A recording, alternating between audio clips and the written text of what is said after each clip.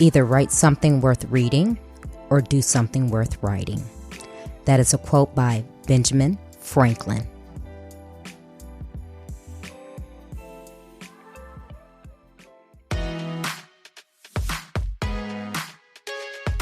Welcome to Trina Talk. Trina Talk is a weekly podcast that will inspire and empower women of all ages to strive for the impossible. Your host, Trina L. Martin from TrinaMartin.com, is a motivational speaker, leader, and cyber tech expert. Every week, Trina will share wisdom gained from her life experiences and lessons learned while pursuing her goals to inspire you to achieve the next level in your life. Now, your host, Trina L. Martin. Hello, welcome to Trina Talk. I am your host, Trina L. Martin, and this is episode 49. The topic this week is, how fast are you? My guest this week is Howard Berg. For the past 30 years, Howard has been teaching people how to increase their reading speed along with comprehension, but more importantly, how to develop a total learning solution in their life. He helps professionals, associations, companies, colleges, universities, and students and people of all walks of life and ages to maximize their ability to learn faster, comprehend better, and retain more in their information-rich world. Howard is a knowledge mastery strategist and a Guinness Book of World Records world fastest reader. Hi, Howard. Welcome to Trina Talk. Thanks for having me.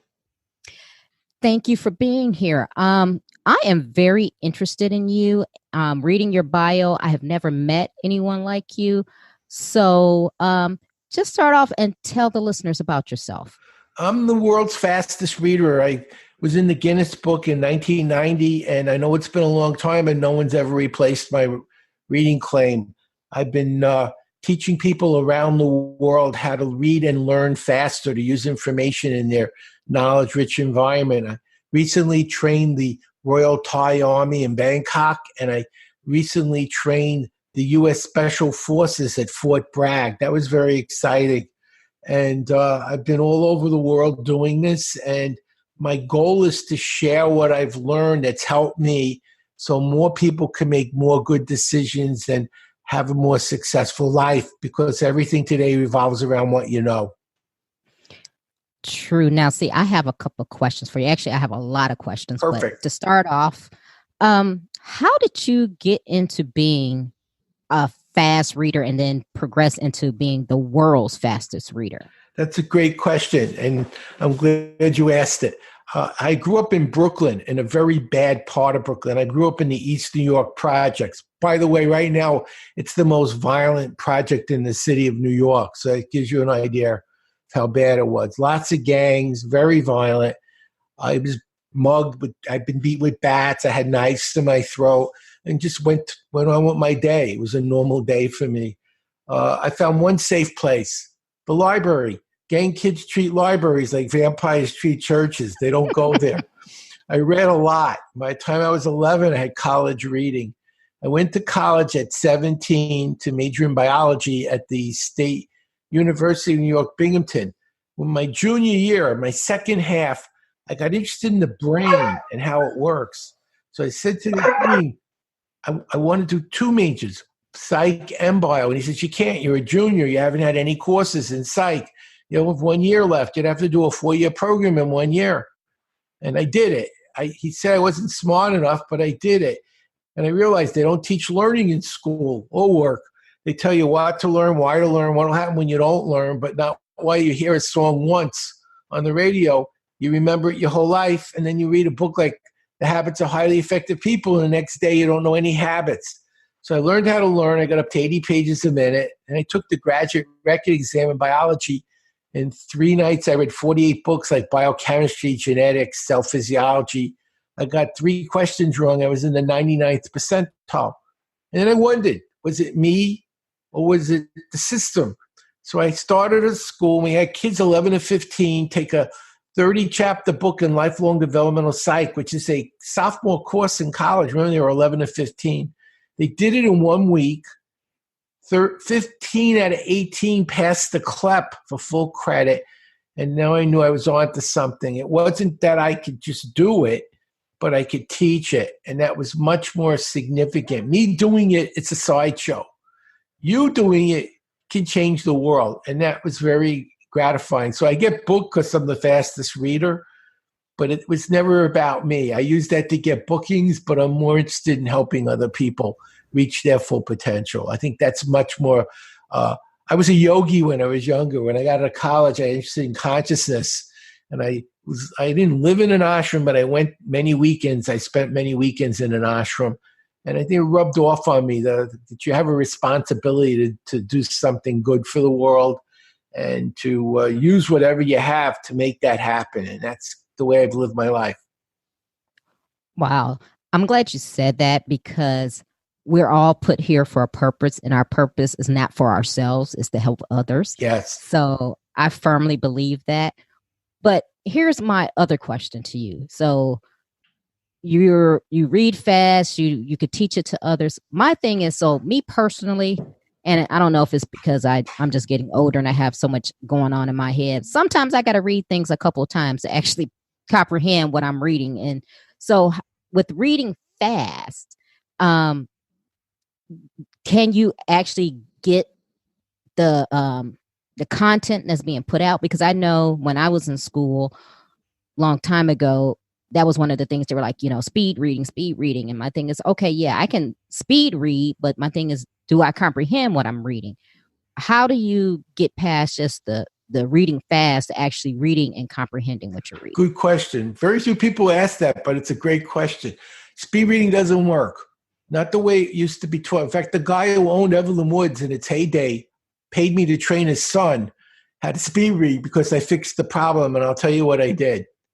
Speed reading is great for finding things quickly, but not learning and remembering them. In fact, I was on with Dick Cavett about 26 years ago when MSNBC first launched, and he told me he interviewed Woody Allen, and Woody had read War and Peace in 5 minutes and said all he remembered was about the Russian Revolution. That was speed reading. You knew what the book was about, but you certainly didn't learn biochemistry or genetics in 5 minutes.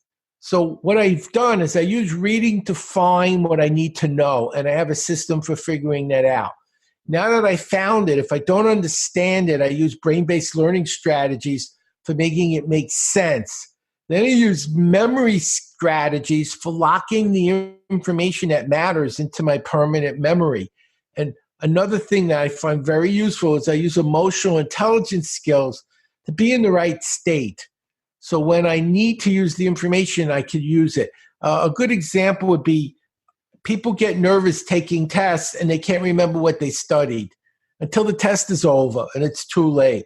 That's an emotional intelligence issue.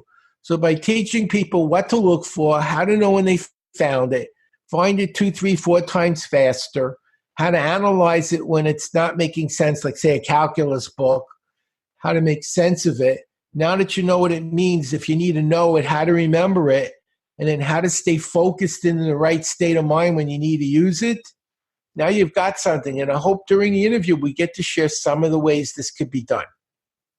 And actually, I was just going to ask you that and roll into that. So why don't you share with us how you actually do that? Perfect. I'll start off with how you read fast. When this interview's over, I'd like everyone listening, grab a book, preferably nonfiction, because fiction is designed to be surprising. You don't know the ending. Nonfiction, history books don't try to surprise you. They're very logical and sequential. Science books, the same thing. Nonfiction is about information. So read for a minute with a timer, the way you normally do, nothing different. And when the timer goes off, take a pencil, mark off where you finished in the first chapter. So now you have a measurement. That's how far you read now.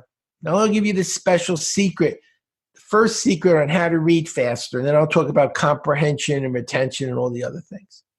What I'd like you to do next, go to the second chapter. Use your hand and move your eye one line at a time across, following your hand. And here's the secret, as fast as you could comprehend. As long as you know what you're reading, go quicker till you don't. So you actually say, that's where it got too fast. Slow down just enough that your comprehension comes back, and at that super fast speed, the top speed you could comprehend, move your hand for 5 minutes. Now go back to the first chapter where you started and read for 1 minute with your hand the way you just did. And you'll be amazed. You're going to go 20, 30, 40% further just doing that one single change. And if you'd like, I could discuss next the thing you decide. How do you understand better? Would you like me to do that? Before you do that, I just have a question. Sure. What's the difference between how I read the first time versus how I'm reading the second time with my hand? I like you. You're smart. Good questions. Okay. Many people, when they read, their eyes will dawdle. You see something interesting. Oh, that was great. And you read it again and again and again, and it slows you down.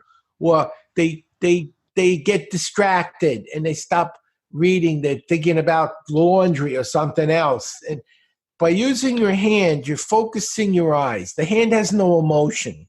The eyes are connected to the brain. They're much more hardwired into the emotional parts of our brain. By moving your hand across one line at a time, it keeps you focused. It keeps you from going back over things you just read repeatedly. It helps to eliminate visual regression where people read like the dog sang a song. They read every word over and over again. The hand prevents that. So it helps to create focus. It helps to create more efficient use of the eyes. The eyes become used more like a camera and less like an ear. And that's why you use your hand. Oh, okay. That makes sense. Okay, so now go ahead and go into the other part. Much more important, and you were quick to point that out, is comprehension. I don't believe anyone wants to read faster. I think people want to learn faster. I don't even like to read. I like to learn. I'll give you a quick story and I'll tell you how to do it. About 15 years ago, my wife wanted to go to Hawaii.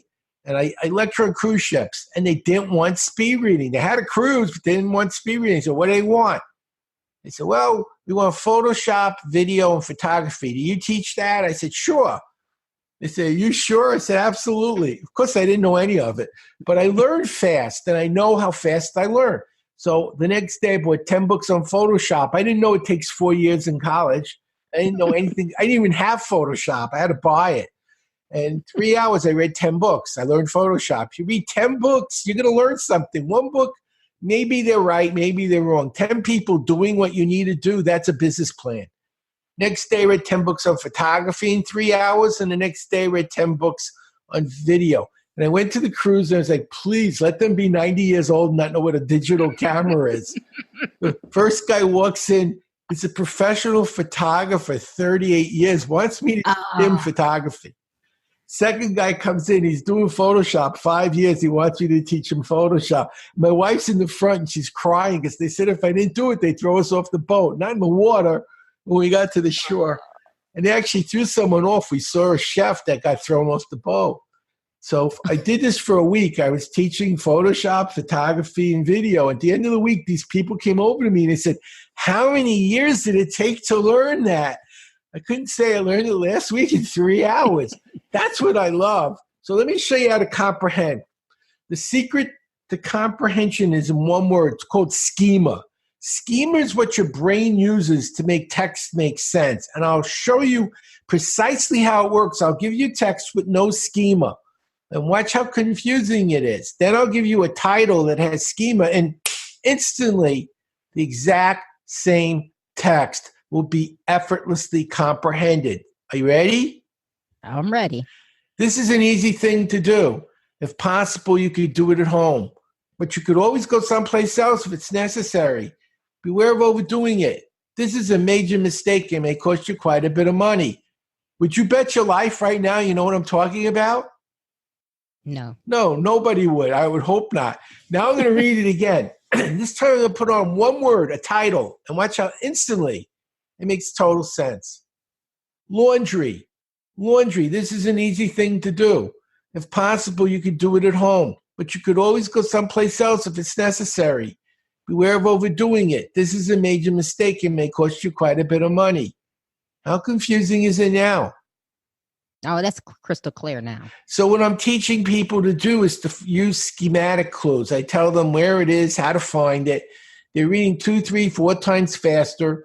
They find the information that makes it make sense, like a decoder ring, and it actually improves their comprehension. And that's how I was able to read 48 books like biochemistry. And one of the things I did a graduate course in educational psychology. It was a 4-credit course in 7 hours. I read the book 4 times. Now, it took 7 hours, not 5 minutes, 7 hours. It's a 5-month course. And I took the 6-hour advanced placement test in 50 minutes. I got a B+. So in 7 hours and 50 minutes, I got 4 graduate credits with a B+. That's what I'm interested in. It wasn't a magic trick. I didn't read it once. I didn't learn it in 5 minutes. But if you can do a 5-month program in 7 hours at a B+ level, imagine if everyone did that every day, what their lives would be like, how much more they'd be able to accomplish. That's what it's about to me. It's the information. You could read fiction. I do teach it. But personally, I prefer reading something that'll give me a skill, something that'll help make my life more productive and more successful. When I want to relax with fiction, I watch a movie. I enjoy the movie. Like I read The Lord of the Rings. I loved it, but the movie was better. I enjoyed the movie. It was much more engrossing. So I prefer reading nonfiction to learn skills, and I watch a movie to get relaxed. Okay, so going back to the schema. Go ahead.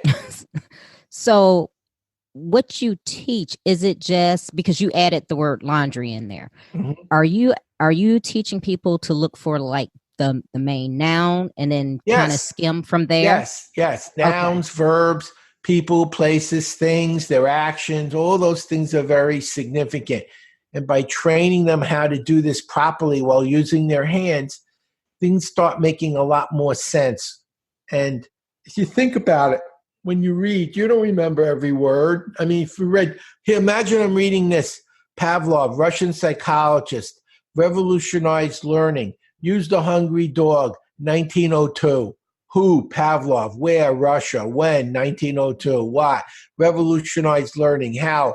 Used a hungry dog. You don't remember all the pronouns and adverbs and adjectives. You remember who did it, where they did it, when they did it. And we don't actually memorize the words on a sentence. We memorize the data, which is the who, what, where, when, why, and how. So I'm basically showing them how to filter what's relevant from the noise that's in the book.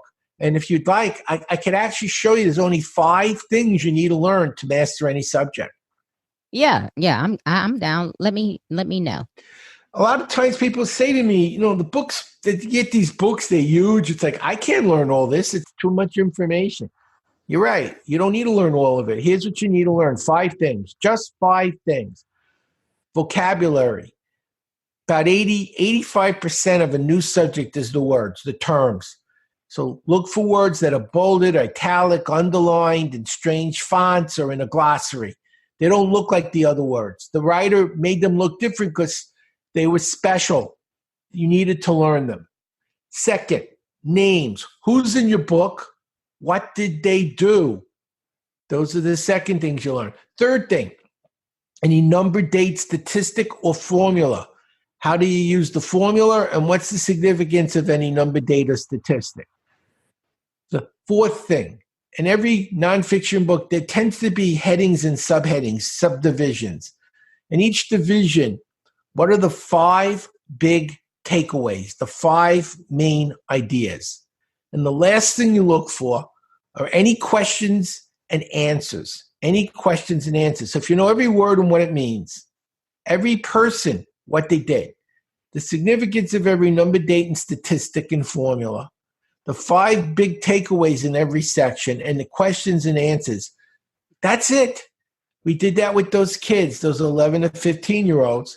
They did it in 1 week, and they passed the CLEP, which is an advanced placement test. 15 out of 18 got college credit in 1 week. And this works for any subject, anything you want to learn. Now your brain knows what to look for. It has a target. It isn't sitting there saying there's too much here. I don't know what's important. I just told you what's important. Words, names, numbers, main idea, questions and answers. If you get that, you're going to be on solid ground for mastering the subject. That makes great sense. Thank you. By the way, if people want more information, then go to berglearning.com, berglearning.com. We have programs that'll help them to learn faster and use information better. And I made a special coupon, Trina Talk 10. You'll get 10% off when you put that in. Make sure you put in the coupon. Let's do some more skills people can use. Yes, exactly. So when you when you coach people and you teach now, is there a certain age group that you're working with? Yes. If you're working with reading, we tend to work 11 and up, and there's a reason. I took some graduate courses in reading, teaching reading. The first 3 years of school are how to read. The fourth grade is the first grade where you read to learn, which is why so many young people start falling behind in the fourth grade. If they can't read, they can't do anything at that point. You can't learn history, can't learn, so everything is impossible. So by sixth grade, you've had 2 years experience reading and your vocabulary has grown. Until then, English is a foreign language. Even for people who read English, they don't know the words yet. So we find 11 and up is ideal, but we have had children as young as third grade do it, but they were exceptional. They had eighth grade reading in the third grade. They were more mature. What I do with younger children younger than third grade, is memory. I started teaching that to my grandkids when they were 3. Because if you teach them how to learn before they have to learn anything like the letters or the sounds of the words, they'll learn how to remember it. We teach children how to read, and then they don't remember what we taught them, and they still can't read. It makes no sense to me why we have school where we don't teach learning and then teach content. My school taught how to learn, then we taught what to learn, and they learned it because they knew how to learn. Makes more sense, but it's not done. Wow. Okay, so I have a question for you. Yes. We're both located in Texas, and I've been here probably about 8 years now. Okay. I have 2 teenagers, but when I moved here, my kids were a lot younger, and I learned about this, what is it called? Core competency, core whatever learning that they do that I had never heard of before, that I totally it just gets under my skin, because I think whoever designed it, I think it was a cop out, and that's the reason why kids are not progressing like they should in education. So my son had issues with reading, where I went on and I enrolled him into Sylvan after I got frustrated and he got frustrated because I was trying to teach him and he wasn't learning. So when you and I were going to school, we learned by phonics. Yes. Today they're teaching sight words. Yes. What's your opinion whole word of that? learning? It's terrible. Exactly. It's terrible. You actually need both. Now, the argument for whole words is there are words that don't sound like the way they look, and they're correct. But if you think about it, writing was invented to symbolize with letters the sounds of words. So language is mostly phonetic. So yes, I think they should teach phonetics, and then they should teach whole words on the words that can't be learned phonetically. But I'll tell you what I'm going to do. Now you told me I have 2 teenage sons. When I'm done with this, I'll set you up as a gift for having me on the show with my reading program, and please share it with your sons. It'll double their reading speed and comprehension in about a few hours' time. And that'll be my gift to thank you for having me. Oh, well, thank you for that. I like helping people. It's a very important part of what I feel that's what I'm here for. I'm supposed to do this, and it makes me feel good to do it. I mean, exactly. And I think we all have a gift. And honestly, you should be in the teaching realm, because when I heard of the sight word thing, I was going, what kind of shenanigans is this? I'm like, sight words? What is this? Well, let me share with you. I mentioned I grew up in New York. I taught in Bedford-Stuyvesant and Crown Heights when I got out of college for 10 years. High school I taught in was Wingate. 2% graduated, 2%. My job interview was, teachers get killed here. Do you want the job? And teachers, 4 teachers went out on stretchers in 10 years. One was in a coma. They beat him unconscious. These kids couldn't read, they couldn't write, they couldn't count. So I said to the principal, let me teach them how to learn.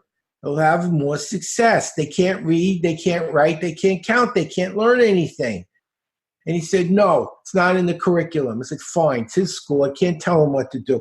So I'm teaching biology, and one of my youngsters comes up to me and says, I can't do the homework. I don't know how to find the answers. I said, let me show you. Every question in your book, there's an answer in the chapter. Let me show you how to do it. So the principal comes in, he says, what are you doing? So I'm showing him how to find the answers to the homework questions. In the subject I'm teaching, biology. He says, we don't pay you to do that. You're not working. And he wrote down, he came in my room, and I wasn't doing my job because I was helping kids learn, and it wasn't my job. I was there to teach the curriculum in biology, and I quit after that. Wow. I wasn't going to stay in a job where I was making kids dumb and unsuccessful. It was heartbreaking to me that these kids were being treated that way. And yes, it was my job. It was the subject that he was in. It was my subject that I was teaching, that he asked a question to help him with how to do homework. How is that not my job? Exactly. It's almost like they're wanting the children to fail. They don't care about learning. I can't say that about every school. That would be unfair. But the schools I was in, it was about attendance. You got paid for how many kids sat in the chair. So if someone showed up 50 minutes late, but they showed up, you put them on attendance sheets, they got paid. That's all that mattered. The learning was very inconsequential to them. And I saw that, and I didn't want to believe it, but that is literally what I experienced for 10 years. And I was in 3 different schools, and it was no different in inner city schools or a more upscale kind of a school. It was always the same thing. It was about the attendance and not the learning. And I didn't want to be part of that. I wanted to help children. That's why I took the job. Not be responsible for them being promoted before they could do the work they were supposed to. Yeah, I had kids, they couldn't multiply by 10. I tested them.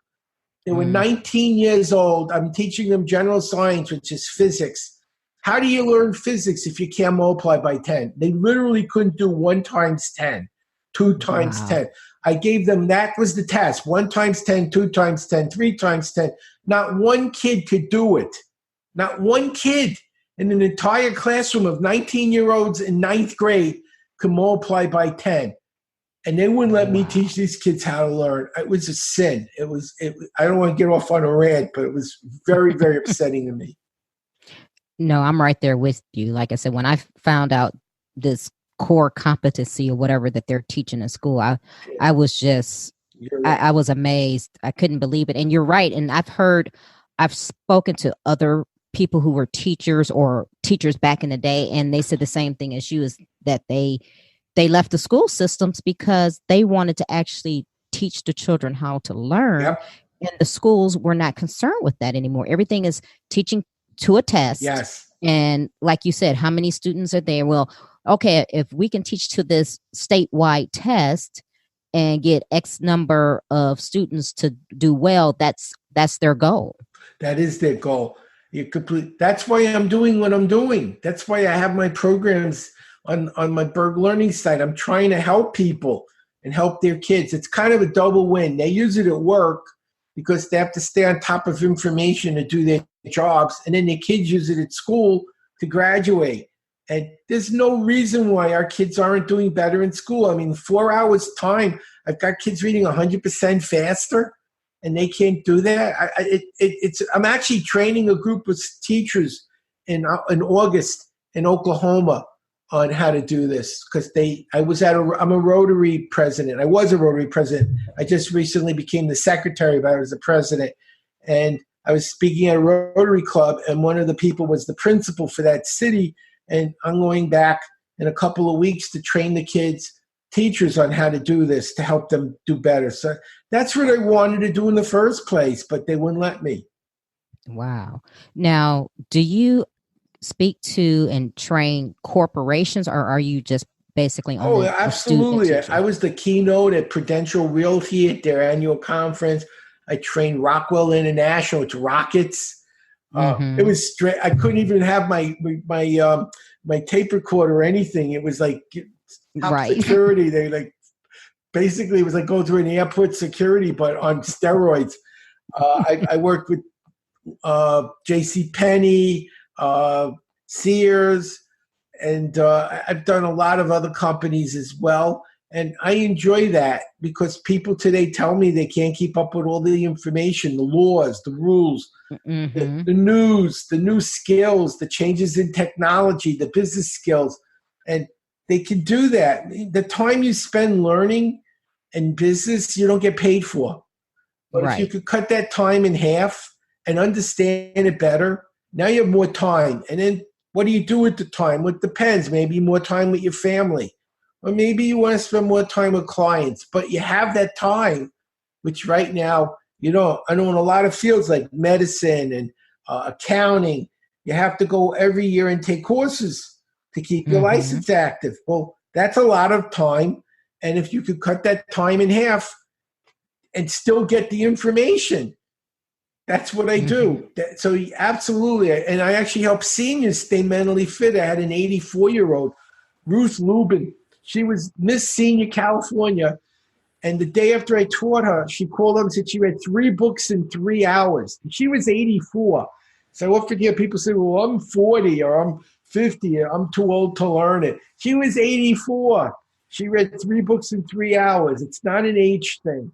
It's about don't whine and complain about what you can't do. Do something about it. I get very upset when people just complain about what's going on in their life. If you want to make more money, you don't work more hours. You don't work Right. more jobs. You learn skills that pay better.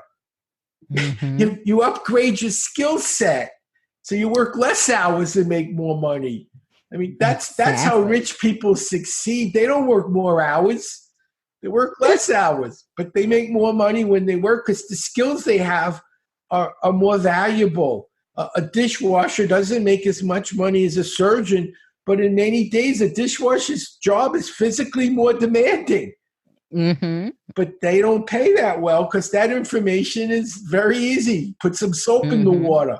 It works hard, but a surgeon takes 10 years to learn, maybe 15 in some fields. You get paid very well when you learn that information. Oh man, you're so true. And I'm glad you mentioned about the senior because that was going to be my next question to Oh, you is teaching seniors and with Alzheimer's, if they could read like you're saying and comprehending, I can foresee a decline in Alzheimer's because they're doing things to keep their brain active. there's actually a study, and I read this in 90 seconds 20 years ago. It was the Baltimore and Seattle longitudinal studies on aging. As I said, I read it in 90 seconds. And they said that they tested people in their 80s, octogenarians. People who were reading had a much lower onset of dementia and Alzheimer's than non-readers. And they found that even if they haven't read all their lives, just starting to read helped to create a mental improvement. They believe that the healthy parts of the brain, when stimulated with new information, help those parts to function longer and give them better cognitive abilities. So the single most important skill they found for doing that was reading. Another skill they recommended was playing cards, like where you have to memorize different Mm-hmm. cards and know all the suits, and that was also helpful. But they said reading actually was the single best thing. Wow. Yeah, I can see that. And I wish I had of, met you years ago because I spent 20 years in the IT industry. I was a programmer, but I had, a lot of books to read and certifications to get and things like that. And everything is so rapidly changing Yes, that that I don't have time to sit down and read every new programming language book, but I want to get in and find out what I need to know and use that, but without spending time flipping through page by page by page. exactly, and that's exactly what I do. It's exactly what I do. I teach people. First of all, you don't need to know everything. I tell students, what do you need to know? And they go, I need to know this. So no, you only need to know one thing in school. The answers to the test questions. You know every answer to every question, you get an A. And what happens if you know everything except the questions on the test? You don't get an A. So I said, first thing you need to do as a student is learn the test questions. In business, what do you need to know? You need to know what the clients are expecting you to know. You need to know what you need to be able to do to make your job work better. Too many people spend so much time learning things no one will ever need or use, and the things they actually did need and would use, they didn't learn because they didn't have enough time or they spent too much time learning the wrong things. So first thing I teach people is how to analyze and make sense out of what they're reading so that you don't waste time learning garbage that will never matter. Oh my goodness. I'm laughing because it's so true. It is. It's a skill set that I think everyone needs in their life. If you want more skills, go to berglearning.com. I want to remind people, berglearning.com, and use the coupon Trina Talk 10 and you'll get 10% off on the programs. By the way, not only do we give you a money back guarantee, if you need help, I will help you. I'm a Rotarian. One of the things we say in Rotary is that the truth is it's fair to all concerned. If it doesn't work, don't pay me. I feel I'm entitled to get paid if I actually accomplished what I promised. And if I haven't, then you shouldn't be paying me for something I didn't do. So I'm big on delivering, and I usually I'll go on Skype if someone has a question, and I'd say 99% of the time I can find out what they're doing wrong. They're not doing something I told them, and I have to see what it is. And once I see what it is, I can fix it. It's really easy. I wanted the solution to be easier than the problem, or else it's just a new problem. Oh, wow. Would you like to learn how to memorize? Yeah, you know what? Go ahead. Okay, because a lot of times people will say to me, you read a lot, what do you remember? A lot. And I'll show you a way. I'm going to give you a list to memorize. I won't tell you how the first time, but after you don't learn it, I'll show you how to learn it. And in 3 minutes, you'll know it backwards and forwards. And it's not just a technique, it's a tool. And I'll show you how to use it when we're done. Are you ready? Now, can I write the list down? No, you don't need to. That's the whole point. Okay. You're going to be smart. You're going to be able to do this with your brain. I've done this with 3-year-olds, so I know you can do it. Oh, okay. I think I'm smarter than a 3-year-old. I know you are. I can tell they don't speak as eloquently as you. Well, thank you. Hopefully I don't disappoint you after this. Well, no, usually. I mean, I'm sure there might be a few, but not many. Let's put it that way. Howard, you've put the pressure on me. Okay. Here's the 10 things. And remember, I don't expect you to learn it this first time. You want to remember pole, shoes, tricycle, car, glove, gun, dice, skate, cat, and bowling pins. Is it safe to say you don't remember everything I just said backwards and forwards? That is correct. Great. Now, here's one of the things I want people to know. Studies have shown you only remember 10% of what you read, but 90% of what you say and do. So what is the say and do? I want you to say and do what I tell you. Okay. The Greeks discovered thousands of years ago a shortcut for learning. They said if you take a list you know and link it to the list you're learning, it takes less time. I'm going to bet you can count to 10, and everyone listening can count to 10. And we're going to use those numbers from 1 to 10 and learn 10 things super fast. You ready? Okay. A 1 looks like a pole, a big tall 1, like a flagpole. When I say 1, you say pole. Ready? 1. Pole. Perfect. 2, how many shoes do you wear? 2. What's 2? Shoes. What's 1? Pole. Getting smarter. 3, tricycle. How many wheels on a tricycle? 3. What's 3? Tricycle. 2. Shoes. 1. Pole. Perfect. 4 is a car. 4 tires on a car. 4. Car. 2. Shoes. 1. Pole. 3. Tricycle. We're jumping. It doesn't matter. 5 is a glove. How many fingers are in a glove? 5. So 5 is? Glove. 3 is? Tricycle. 1 is? Pole. Getting smarter. 6 gun. They love them in Texas. I'm not a big gun person, but they do love them in Texas. What's 6? Gun. 4. We didn't do 4. 4. Think about it. 4 tires. Oh, car. Right? That's okay. That happens a lot. You'll get it as we go along. 2. Shoes. Perfect. 7's lucky in dice, right? So Right. 7 is dice. What's 7? Dice. 5. 5. Fingers. Glove. 3. Tricycle. 1. Pole. Perfect. Rhymes work. Say 8 skate. 8 skate. What's 8? Skate. 6. What do they love in Texas? Guns. 4. Car. 2. Shoes. You're almost done. 9. How many lives does a cat have? 9. What's 9? Cat. 7 is lucky in Dice. 5. 5 is Picture your hand. Glove. 3. Tricycle. 1. Pole. Last one. 10 bowling pins in a lane, right? 10 bowling pins. What's 10? Pins. 1. Pole. 2. Shoes. 3. Tricycle. 4. Car. 5. Glove. 6. Gun. 7's lucky in. Dice. 8 rhymes with. Skate. 9 is a. Cat. And 10. 10. Game of bowling. Bowling. Okay. Bowling. Here's how to use it. Here's how to use it. One of the hardest things to learn are numbers. They don't have any meaning. Like you're learning pi is 3.14 to do a circle circumference or its area. No one remembers it. We're going to turn the numbers into pictures. What picture is 3? Tricycle. What picture is 1? Pole. What picture is 4? Car. Tricycle hits a pole on a car. Picture that. A tricycle hits a pole on a car. Tricycle, what number? 3. It's a pole. 1. On a car. 4. You just learned the value of pi. That could be a hotel room. You ever forget what room you're in because you're traveling. You can make numbers into pictures.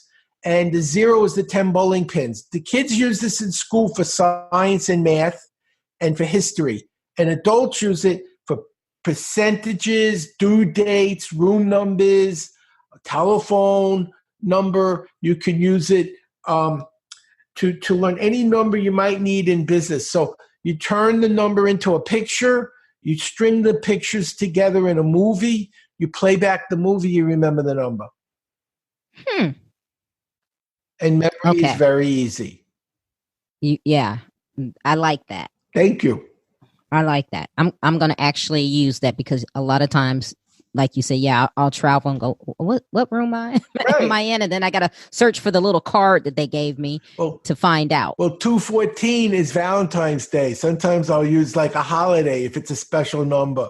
Like 214 is February 14th.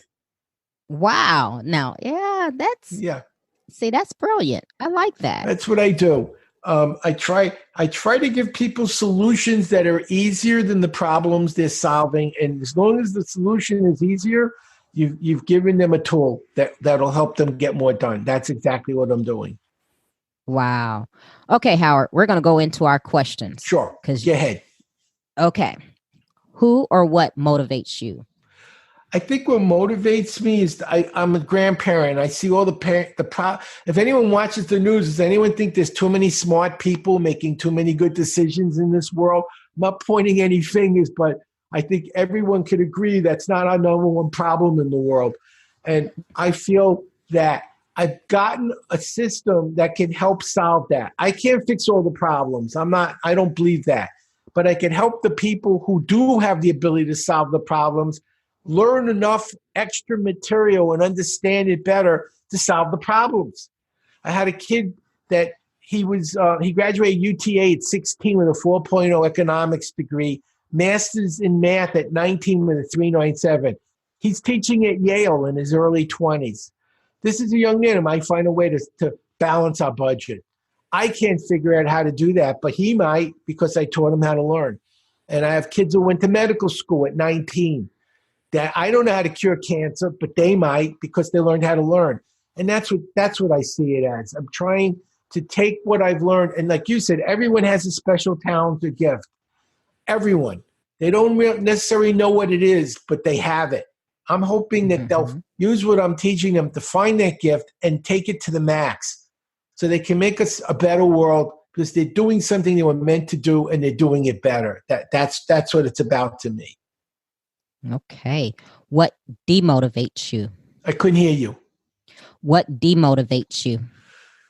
I get very discouraged by all the hate I'm seeing right now in our world, in our country, distrust of other people. There's just so much. It's almost embarrassing to see what's going on. It upsets me to see that. I think as a biologist, what I learned, most people think survival of the fittest. No, that's not what made us successful. That was the old model. They now know the reason humanity is the most successful organism on the planet was cooperation. One person couldn't take down a mastodon. 15 or 20 could. We survived because we worked in teams. We worked to help one another. We didn't look at everyone as our enemy. We saw people as potential allies. And we need more of that in this world. There's too much looking at people that don't look like us, that are different, as our enemy, instead of as fellow human beings. We need different. If we were all supposed to look the same, think the same, and believe the same, we would be. We don't for a reason. It's to the betterment of humanity that there's different.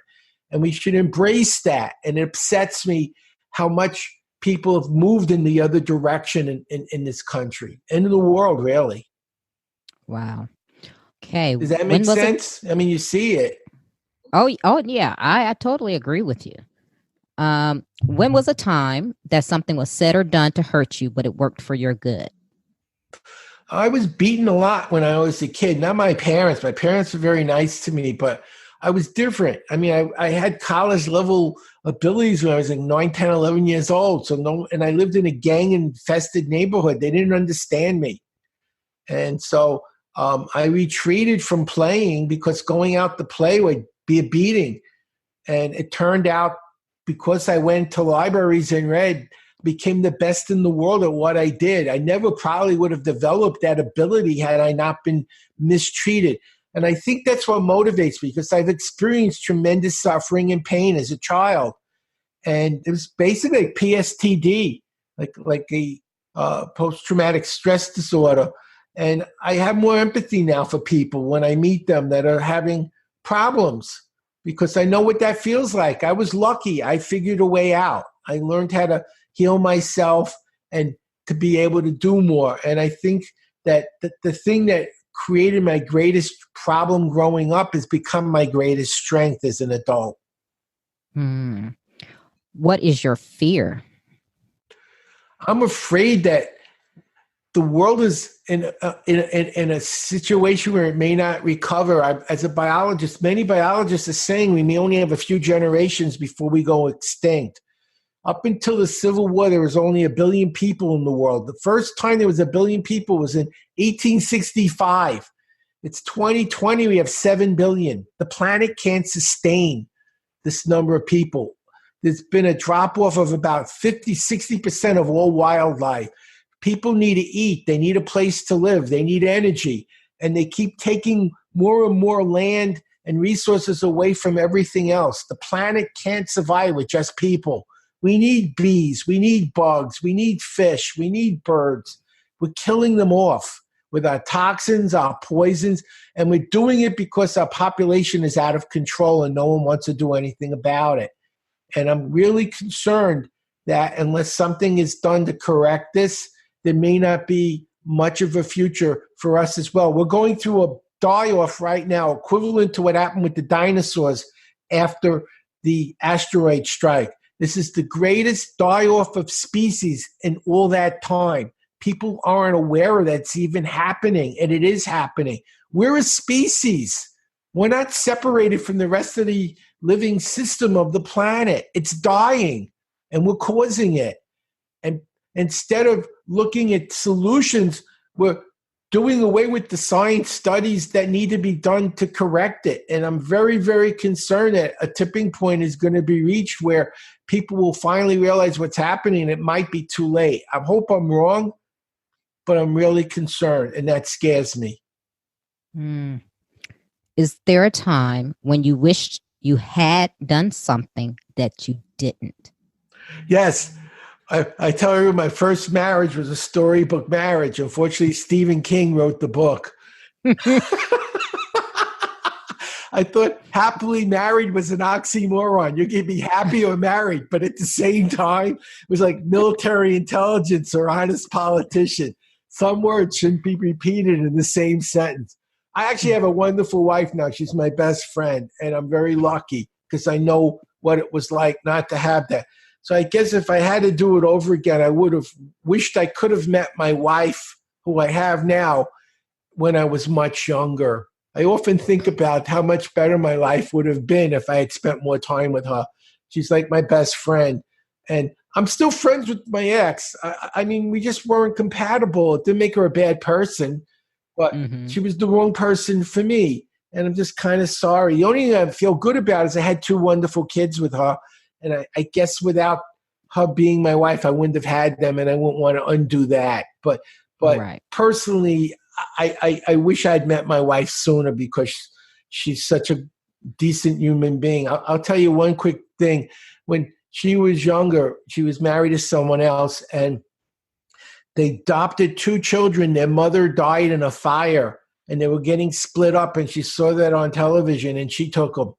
I mean, that's a very special person to take 2 children that aren't your own to protect them from being split apart. I mean, that tells you something about her character, and that's who I'm married to. I feel very fortunate. Wow. Okay, I think you answered my next question, which was, is there a time that you wish you had not done something? So I think you asked. Yeah. So, yeah, because usually people get those mixed up, but that's okay. We'll keep going. Okay.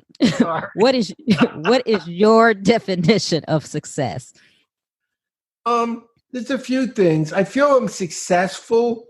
Unfortunately, I invested my money with a company that lost all of it, so that kind of upsets me.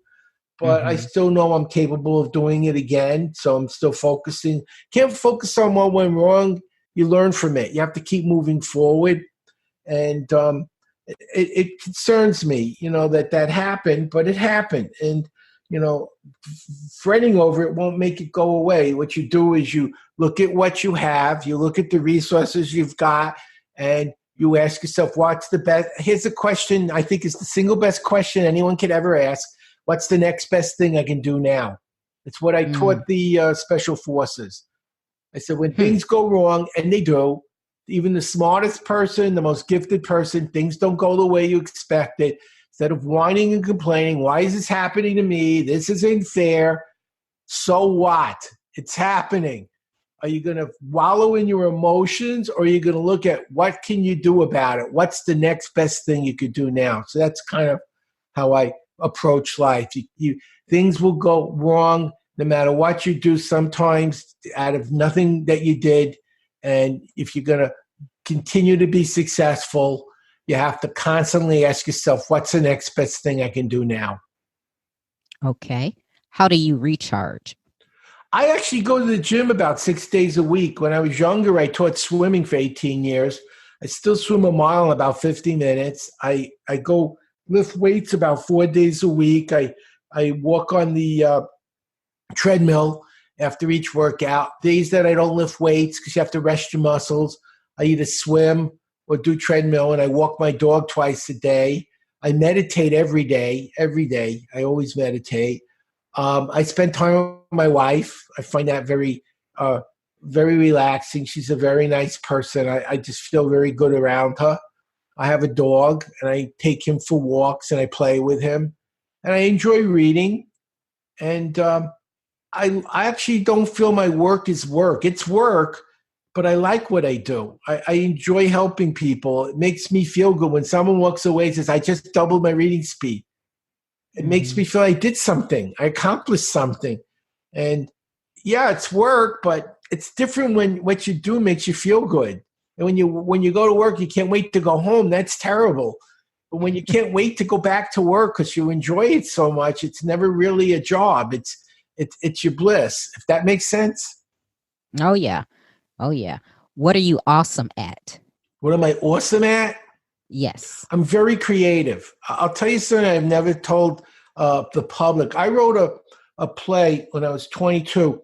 I was wondering if someone was to write a mystery play today, like the Aeneid or the Odyssey, it wouldn't be words. The way we communicate today is through music. So I wrote a 16-hour musical. I took songs from the Beatles, the Moody Blues, all these groups, and it was the second coming of Christ. Now that's kind of interesting. One, I'm Jewish.